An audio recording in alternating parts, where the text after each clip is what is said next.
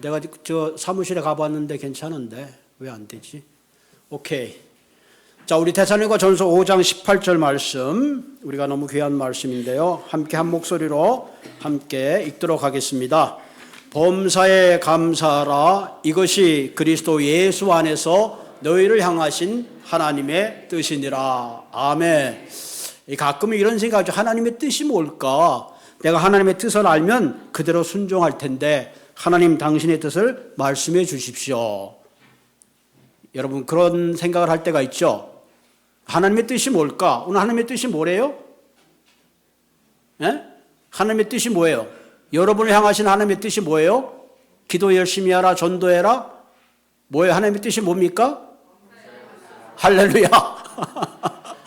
범사에 감사하라. 하나님의 뜻입니다. 그러니까 감사하고 살면 하나님의 뜻을 따라 사는 거예요. 아멘. 그러니까 우리가 감사하는 것은 내가 감사해도 되고 그냥 뭐 불평이 있으면 불평하고 원망하고 내가 감정대로 살아가는 것은 내 뜻이에요. 내 뜻.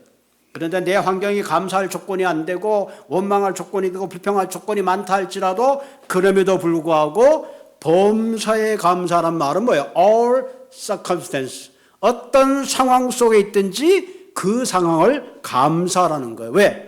이것이 우리를 향하신 하나님의 뜻이다. 왜? 하나님은 살아계시고 우리를 향하신 하나님의 뜻은 결코 불행하거나 절망하거나 포기하는 뜻이 아니라 결국은 그 모든 것이 합하여 선이 되게 하는 최선의 것을 주시는 게 하나님의 뜻이기 때문에 내가 당하는 어떤 환경 속에 있더라도 하나님은 내게 최선을 주실 거야 라는 믿음을 가지고 감사하라 하는 겁니다. 아멘. 그래서 오늘과 내일 두 주에 거쳐서 감사하는 삶이 주진 우리의 삶에 어떤 능력이 있는가, 오늘 감사의 능력에 대한 그런 말씀을 나누려고 합니다. 유대인들의 명언 중에 이 세상에서 가장 똑똑한 사람이 누굴까? 가장 현명한 사람이 누굴까? 가장 똑똑한 사람은 뭘까? 우리는 많이 배운 사람, PhD를 받은 사람, 뭐 노벨 무슨 물리학상을 받은 사람, 뭐 이런 사람을 생각할 수 있을 텐데 세상에서 제일 똑똑한 사람은 마음이 열린 사람, 마음이 열린 마음으로 뭔가 배우고자 하는 사람. 그렇죠? 우리가 점점 나이가 먹으면 고집만 세지죠. 마음이 점점 닫혀요. 그러니까 자기의 고집만 살아나잖아요. 현명한 사람은 마지막 순간까지 모든 것을 포용하고 열리고 배우려는 자세, 그것이 굉장히 현명한 사람의 태도다 하는 겁니다. 두 번째, 이 세상에서 가장 강한 사람은 누구일까? 지금 제일 강한 사람이 누구 같아요? 이 트럼프가 막 공화당 하원 상원을 다 지금 막 한 손에 쥐고 지금 뭐 제일 강한 것 같죠? 뭐 앨런 머스크 뭐 이런 사람이 강한 것 같은데 정말 강한 사람이 누구냐? 정말 강한 사람이 집에서 꽥꽥 소리 지르는 사람이 아니고 진짜 강한 사람은 자기의 마음을 다스리는 사람. 공감하죠? 내 마음을 다스리는 거 얼마나 힘든지 몰라요. 나도 모르게 한꺼번에 분노가 확 치밀어 버리면 그 감정이 조절이 안 돼가지고 그 행복했던 가정이 깨어지고 자녀가 두려움 가운데 떠오는 그런 경우가 얼마나 많은지 몰라요. 서로가 잘 지내다가 한순간 내 분노 때문에 서로가 헤어지고 그 상처 때문에 그동안 세워놓던 모든 우정이 관계가 무너지는 경우가 얼마나 많은지 몰라요. 그래서 성경에 보면 자기 자신을 이기는 사람은 성을 빼앗는 사람보다 낫다. 한 성을 빼앗는 게 얼마나 힘들어요. 그러나 우리의 마음을 잘 다스리고 자기를 이기는 사람, 그런 사람이 진정 강한 사람이다 하는 겁니다. 공감하시죠? 그럼 누가 제일 부자일까? 여러분 누가 제일 부자예요 지금? 베이존스, 또 뭐 일론 머스크, 누가 제일 부자입니까? 제일 부자는 어떤 사람이냐? 제일 부자는 자기가 가진 것에 만족하고 감사하는 사람. 아멘. 그 사람이 제일 부자예요. 내가 많은 걸 가졌어도 늘 부족하게 사는 사람이 있잖아요. 그러나 내가 소유한 작은 것이라도 그것으로 만족하고 감사할 수 있다면 그 사람이 진정한 부자요, 만족하는 사람입니다. 아멘. 만족하는 사람이다. 그래서 보면 좀 가난한 그 지역에 있는 그런 나라들이 만족도가 높잖아요. 왜? 내가 가진 거에 만족하기 때문에 그래요. 인간의 물질이라는 건요, 100불이 있으면 1000불이 원하고 1000불이 있으면 10,000불, 10,000불이면 100,000불, 그 단위가 점점 커지기 때문에 거기에 만족할 수가 없어요. 그래서 만족은 감사할 때 만족이 찾아옵니다. 아멘. 그래서 행복한 사람은 어떤 사람이냐? 늘 만족하는 사람. 됐다. 이만큼이면 충분하다. 그런 마음을 가지고 살 때에 우리가 만족할 수 있어요. 여러분, 우리가 이민 왔을 때 우리 장로님 얘기하시지만 그거에 비하면 지금 가진 게 사실 너무 많아요. 그럼에도 불족하고도 원망하고 부족하다고 생각할 때에 우리의 마음에는 감사하는 마음이 약해질 수밖에 없죠. 일미칠근이라 그런 한자의 단어가 있습니다. 그 단어의 뜻이 뭐냐면은 쌀 한 톨에는 7근의 땀이 필요하다, 그런 뜻이에요. 쌀 한 톨에, 그 쌀 한 톨을 수확하는 데는 7번의 농부의 땀이 필요하다 하는 거죠. 다시 말하면 우리의 삶의 순간순간 나라는 존재를 떠나서 내 존재가 버티고 있는 많은 것들에, 그런 것들에 감사하며 세상에 많은 손길들을 감사하며 사는 그런 마음을 일컫는 말입니다. 그래서 옛날에 시골에는 막 밥 같은 거 흘리고 그럼 막 주워 먹고 막 혼나고 그랬는데 요즘 막 흘려버리는 게 태반이야. 그러다 보니까 점점 우리의 삶에 감사가 점점 약해지는 거 아닌가. 물을 한 잔 마실 때, 밥을 한 숟갈 먹을 때 감사한 마음으로 사시는 모든 분들이 되시기를 주님의 이름으로 부탁을 드립니다. 설교가 다 끝난 것 같아요. 그럼 어떻게 하면 우리가 이렇게 좀 감사하고 만족하고 행복하게 살 수 있을까? 첫째는 감사를 표현하라. 이 감사를 표현하는 게 굉장히 중요해요. 감사는 내가 받은 것에 대해서 고마움을 표현하는 거예요. 은혜를 받았으면 은혜를 받았습니다. 표현하는 겁니다. 내가 감동을 받았으면 감동받았다고 박수를 치면서 응답하는 거예요. 누가 선물을 줬으면 그 선물 고맙다고 대답을 하고 응답을 해야 합니다. 가끔 저를 곤란하게 할 때가 있는데 저희 사택에 저도 모르게 뭘 갖다 놨는데 카드도 없고 이름도 없고, 그럼 아주 막막해요. 감사를 하긴 해야 되는데 누군지 몰라요. 그렇다고 누가 이거 갖다 놨습니까? 강구하기도 못하고. 그래서 이 감사는 표현을 해야 됩니다. 표현. 이게 굉장히 중요하죠. 여러분, 종은 종소리가 날 때 종의 의무를 다하는 겁니다. 아무리 비싼 악기라도 그 악기가 소리를 안 내면 소용이 없어요. 내가 누구에게 감사하는 마음이 있어도 내 마음 알겠지 몰라요. 같이 사는 부부도 자기 마음을 모르는데 어떻게 알아요? 고맙습니다. 감사합니다. 이렇게 배려해 줘서 고맙습니다. 기억해 줘서 고맙습니다라고 얘기를 해야 됩니다. 아멘.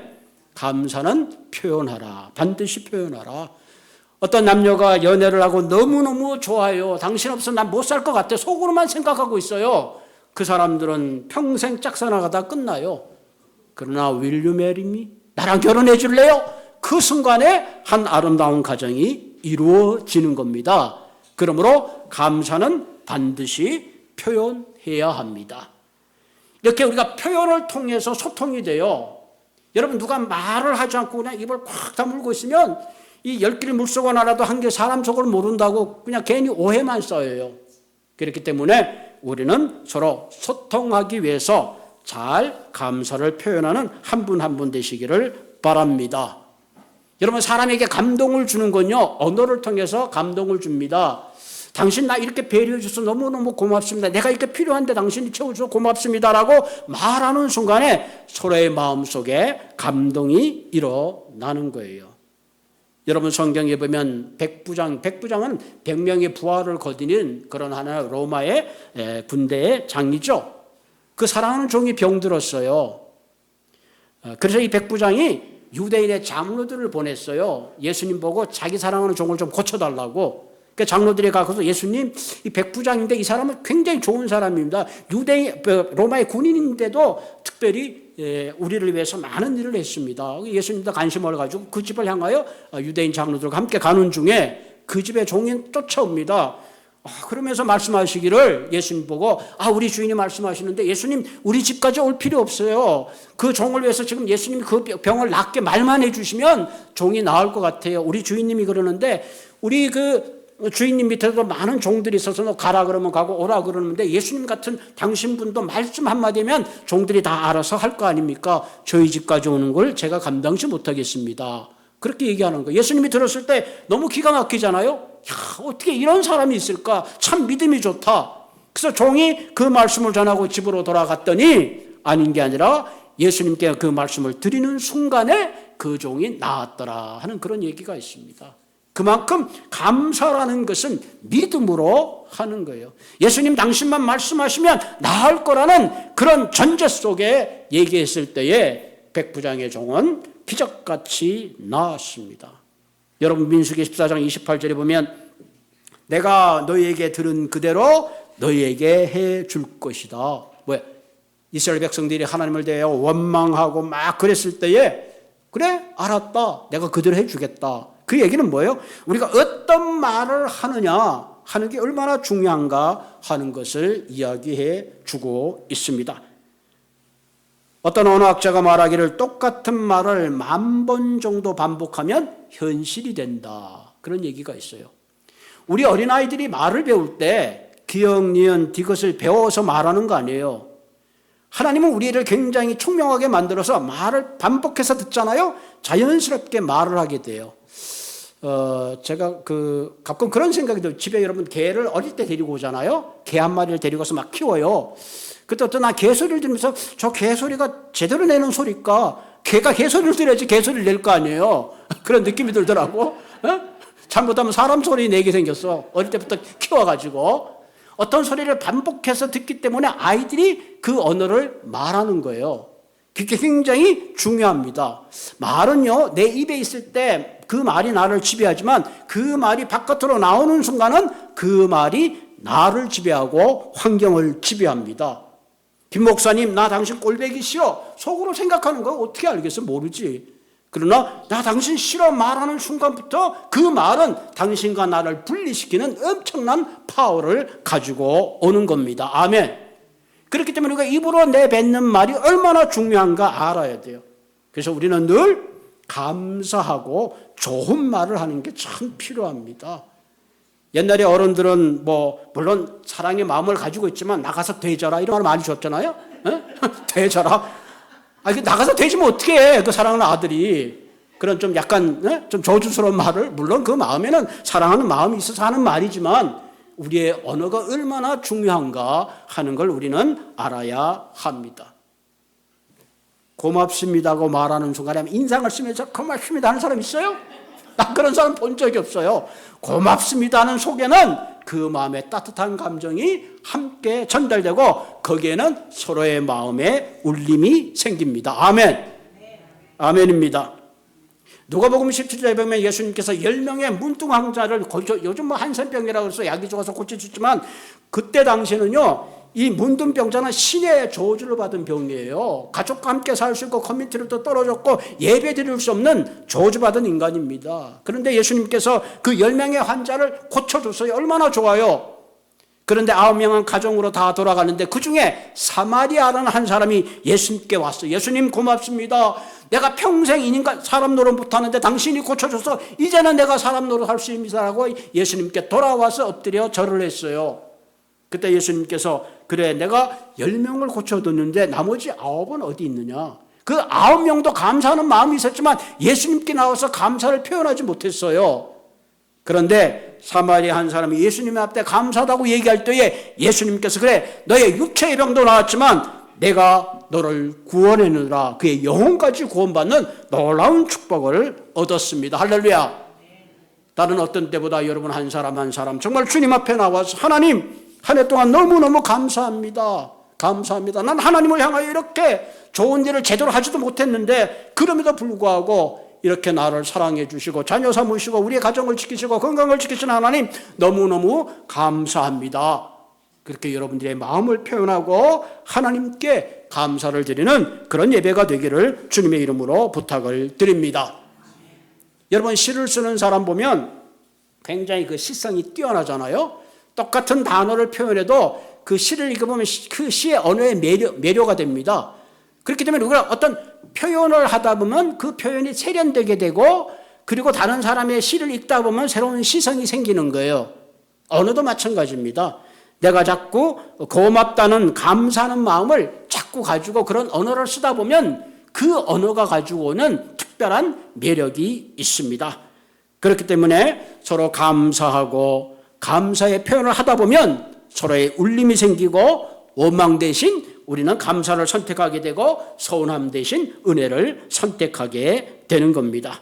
그러므로 사랑하는 성도 여러분, 우리가 범사에 감사하기 위해서는 늘 감사를 표현하는 감사의 달인이 되시기를 바랍니다. 아멘. 감사의 달인, 그저 무슨 일이 있어도 감사합니다. 일단 감사합니다 하고 시작하시길 바랍니다. 그러면 실제로 감사하는 일이 일어나게 될 줄로 믿습니다. 아멘. 왜 우리가 그렇게 막 우격다짐으로 감사해야 되느냐? 하나님의 뜻이에요. 어떤 하나님의 뜻이에요? 너희가 어떤 환경이 있든지 원망의 환경이 있든지 불안한 환경이 있든지 내가 감사한다는 것은 하나님이 그 환경 가운데 위로해 주시고 보호해 주시고 선이 될 걸 믿기 때문에 감사하는 겁니다. 아멘. 그러니까 감사는 믿음으로 하는 거예요. 이건 내 체면이 아니에요. 이건 내 포지티브 띵킹이 아니에요. 정말 살아계신 하나님을 믿기 때문에 우리는 감사하는 거예요. 아멘. 때로는 병들게 해도 감사하고 왜? 병든 걸 통해서 내가 연약함을 깨닫고 하나님을 의지하는 거 아니에요? 때때로는 가져가심도 감사하고 하나님이 가져갔기 때문에 나의 부족함을 깨닫고 하나님 앞에 가는 거예요. 그렇기 때문에 우리의 일어나는 모든 현상 가운데 감사하는 한 분 한 분 되시기를 주님의 이름으로 부탁을 드립니다. 두 번째, 우리가 범사에 감사하기 위해서는 새로운 안목이 필요합니다. 우리가 눈으로 보는 거는 사실 다 못 봐요. 눈으로 볼 수 있는 것은 한계가 있어요, 사실. 뭐 빨리 지나가는 총괄도 못 보고 못 보는 게 너무 많아요. 귀가 있어도요, 개보다 못 들어져요. 뭐 우리가 굉장히 귀가 밝은 것 같아도 그렇지 않아요. 그러니까 감사는 뭐냐? 우리의 네이키드 아이들로 살아가는 게 아니라 마음의 눈을 떠서 볼 수 있을 때에 우리의 삶에 감사가 넘칩니다. 아멘. 영안이 떠져야 돼요. 안목이 있어야 됩니다. 어떤 시골 목사님이 다른 교회 초대를 받아가지고 부흥회를 위해서 버스를 타고 갑니다. 버스의 뒷좌석에 이렇게 앉아가지고 오늘 말씀 설교 전할 것을 마음으로 묵상하고 있는데 갑자기 어떤 뚱뚱한 부인이 애를 한 6명을 데리고 버스를 탁 차더니 뒷좌석에 자기가 앉아있는데 막 꽉 밀어제끼는 바람에 그 목사님 옆으로 막 낑겨가지고 간신히 앉았어요. 거기까지 앉은 건 좋은데 애들이 얼마나 난리를 치는지 뭐 설교를 좀 묵상하려는데 묵상이 안 되는 거야. 속으로 참 막 좀 불평하는 마음이 있는데 이런 마음이 그래도 감사해야지 하는 마음에 너는 범사에 감사하라. 하나님 이거 뭐 범사에 감사할 게 뭐가 있어요? 뭐가 있어야죠. 찾다가 이렇게 감사했다고 합니다. 하나님, 내 옆에 부인이 내 아내가 아닌 것을 감사합니다. 여러분, 감사라는 건요, 마음으로부터 감사할 걸 찾아가는 거예요. 좋은 것을 볼 수 있어야 합니다. 제가 언젠가 이런 얘기를 드렸잖아요. 시골에 가는 어떤 시골 아줌마가 늘 인정도 못 받고 그랬는데 자기 미모에 대해서 좀 컴플렉스를 갖고 있었는데 시장에 갔더니 웬 총각이 따라오면서 같이 가 처녀 그래서 너무 감동을 받아가고 집에 와서 딸 보고 야, 내가 시장에 갔더니 그래도 아직도 내게 희망이 있다. 누군가 청년이 나를 따르면서 같이 가 처녀 그래서 얼마나 기분이 좋아하는지 모른다. 딸이 함께 그 다음날 진짜 마켓에 가서 정말 그런가. 그때 진짜 청년이 따라오면서 같이 가 처녀인데 그 딸이 가만히 들어보니까 엄마가 귀가 멀어서 잘못 들은 거예요. 갈치가 1,000원. 갈치가 1,000원.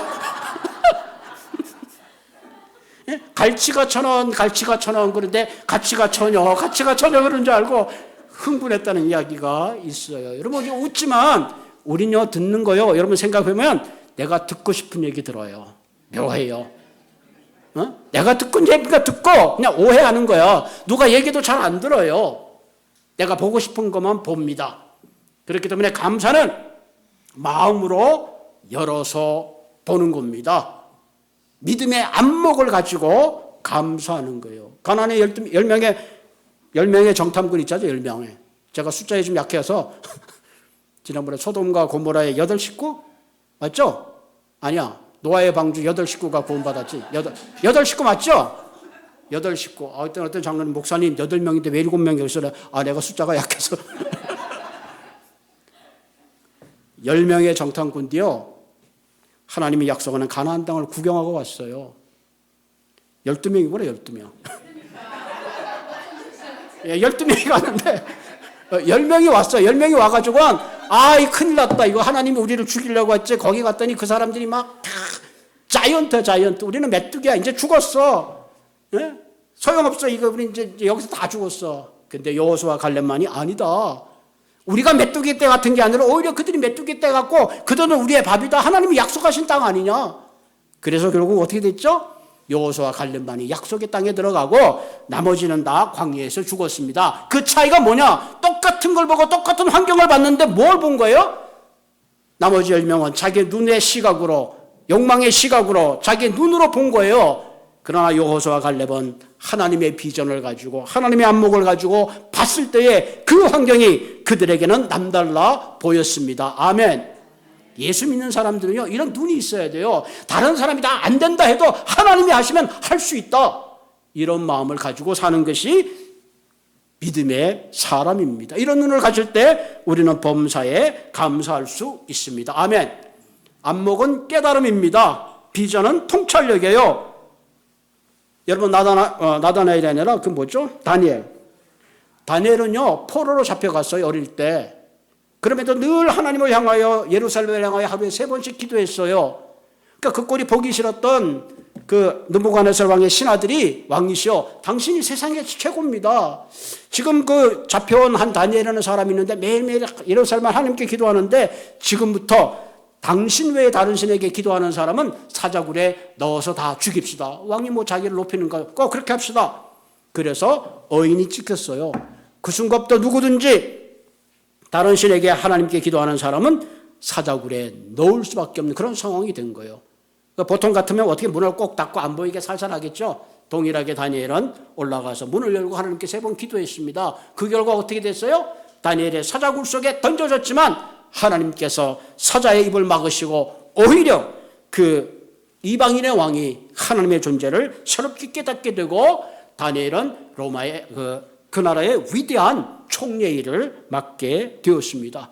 그럼 다니엘도 인간인데 왜 안 두려웠겠어요? 내가 사자굴 속에 들어가는데, 내가 기도하면 사자굴 속에 들어가는데, 근데 그가 두려워했던 것은 그 왕이 아니라 하나님이 더 두렵고 하나님이 더 능력 있는 분이라는 안목을 가졌기 때문에 그렇습니다. 아멘. 이런 영적 안목을 갖기 위해서는 우리는 기도해야 합니다. 기도하면 하나님께서 우리의 영안을 열어줍니다. 우리가 생각할 때 내가 서서 여기 있으면 목사가 다 보일 것 같죠? 그러나 이거보다, 서서 보는 것보다 더 중요한 것이 하나님 앞에 무릎 꿇고 봤을 때에 하나님께서 더 멀리 보여주십니다. 아브라함과 룻은 조카 사이죠. 그 종들이 서로 다퉜어요. 그러니까 아브라함이 불렀어. 야, 우리 재산이 너무 많아서 서로 싸우니까 좀 헤어지자. 네가 보고 좋은 땅이 있으면 네가 먼저 찾아가라. 네가 좌하면 나가 우하고, 네가 우하면 난 좌하겠다. 룻이 이렇게 보니까 소아래란 기름진 땅이 너무너무 좋은 거야. 저 땅에 가면 무조건 잘 살 것 같아요. 그래서 그 땅을 찾아서 갔습니다. 나중에 그것은 소돔과 고모라가 되고 말았어요.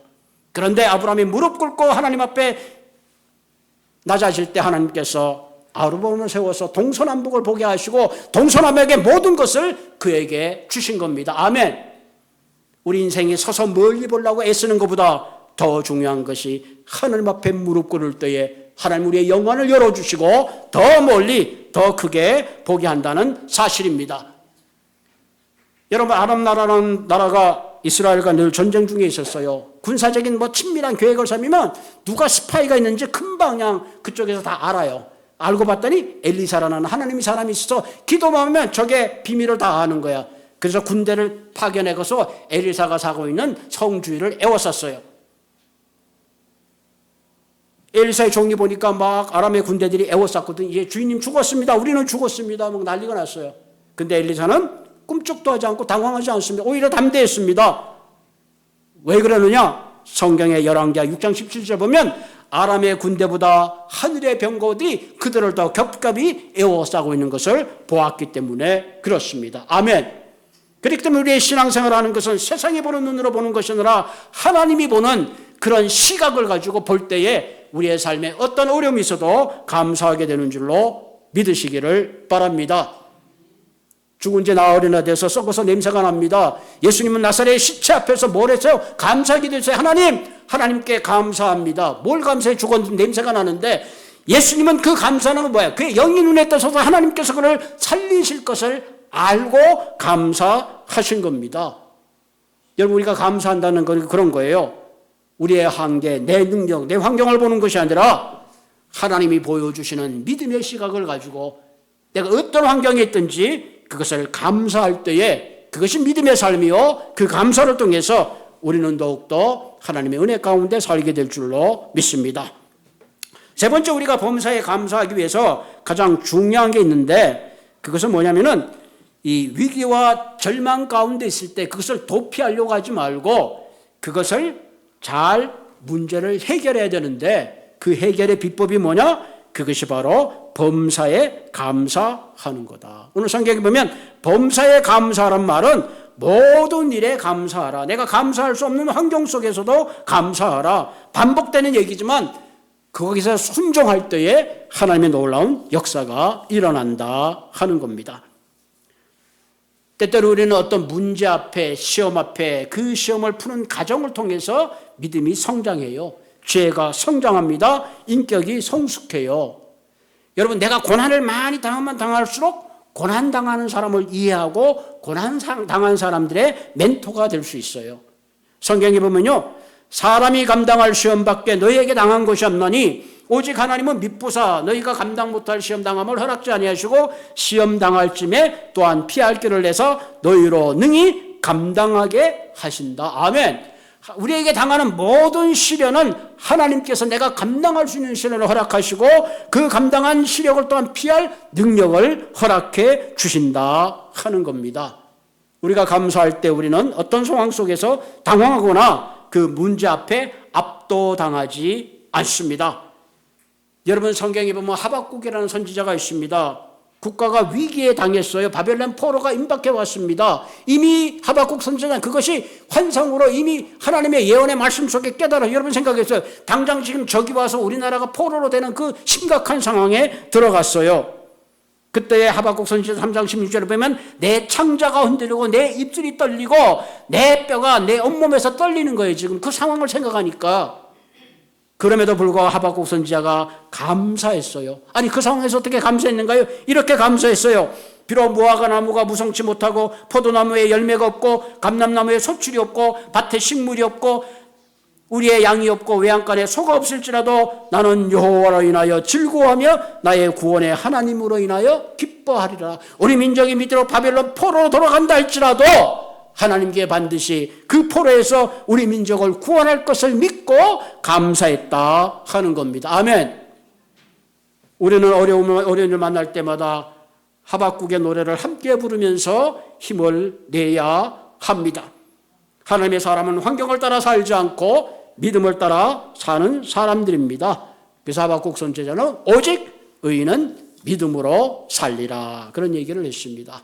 사랑하는 성도 여러분, 우리가 범사에 감사하기 위해서는 먼저 우리가 하나님 앞에 감사의 안목을 가지고 감사를 잘 표현하고 모든 것에 협력하여 선하게 해주시는 믿음의 눈을 가지고 살 때에 여러분의 인생 속에 행복해서 감사하는 게 아니라 감사함으로 행복하는 그런 삶이 되시기를 주님의 이름으로 축복을 드립니다. 우리 같이 기도하겠습니다. 오 하나님, 때때로 우리를 아프게 하고 병들게 하심도 감사합니다. 그로 통해서 우리의 연약함을 깨닫게 하기 때문에 그렇습니다. 하나님, 때때로는 고독하고 수렁에 내던져주시는 것도 감사합니다. 그때 우리가 주님과 더 가까운 기회가 생기기 때문에 그렇습니다. 때때로 하나님, 내가 계획대로 내가 원하는 대로 안 되는 것도 감사합니다. 그로 인해서 하나님께 나의 교만을 반성할 수 있기 때문입니다. 하나님, 때로 내가 경제적으로 힘들고 어렵게 하고 때로는 눈물의 빵을 먹게 하심도 감사합니다. 왜냐하면 눈물 젖은 빵을 먹는 이웃의 심정을 내가 알기 때문에 그렇습니다. 때때로 인생이 허탈하고 허무한 것도 허무하게 하심도 감사합니다. 그로 인하여 영원한 하나님을 향하여 내가 나아갈 수 있기 때문에 그렇습니다. 하나님 뜻대로 불의와 허세가 득세하는 그런 불의의 시대에 태어난 것도 감사합니다. 이러해야 하나님의 정의가 분명히 나타날 것을 깨닫기 때문에 그렇습니다. 자비하신 하나님,